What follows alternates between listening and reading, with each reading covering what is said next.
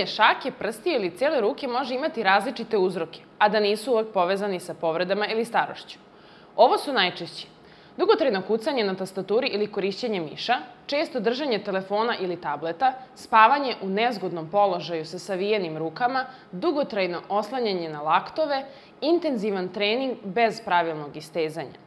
Takođe, i zdravstveni problemi poput sindroma karpalnog tunela, ukleštenja nerva u vratu ili ramenu, diskus hernije u vratnom delu kičme, diskus hernije u lumbalnom delu kičme, protruzije diska.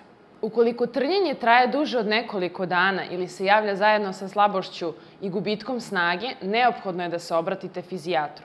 U Fizionova centru prvo precizno otkrivamo uzrok trljenja, a zatim ga ciljano lečimo. Na raspolaganju imamo više od 30 različitih protokola terapije koje prilagođavamo vrsti oštećenja, bilo da je reč o živcu, mišiću ili zglobu. Već od prvog dana terapije možemo smanjiti neprijatnost i poboljšati pokret, a u završnoj fazi primenom 2 tipa fokus aparata podstičemo regeneraciju nerava, tetiva, ligamenata i mišića i to na dubini do 12 cm.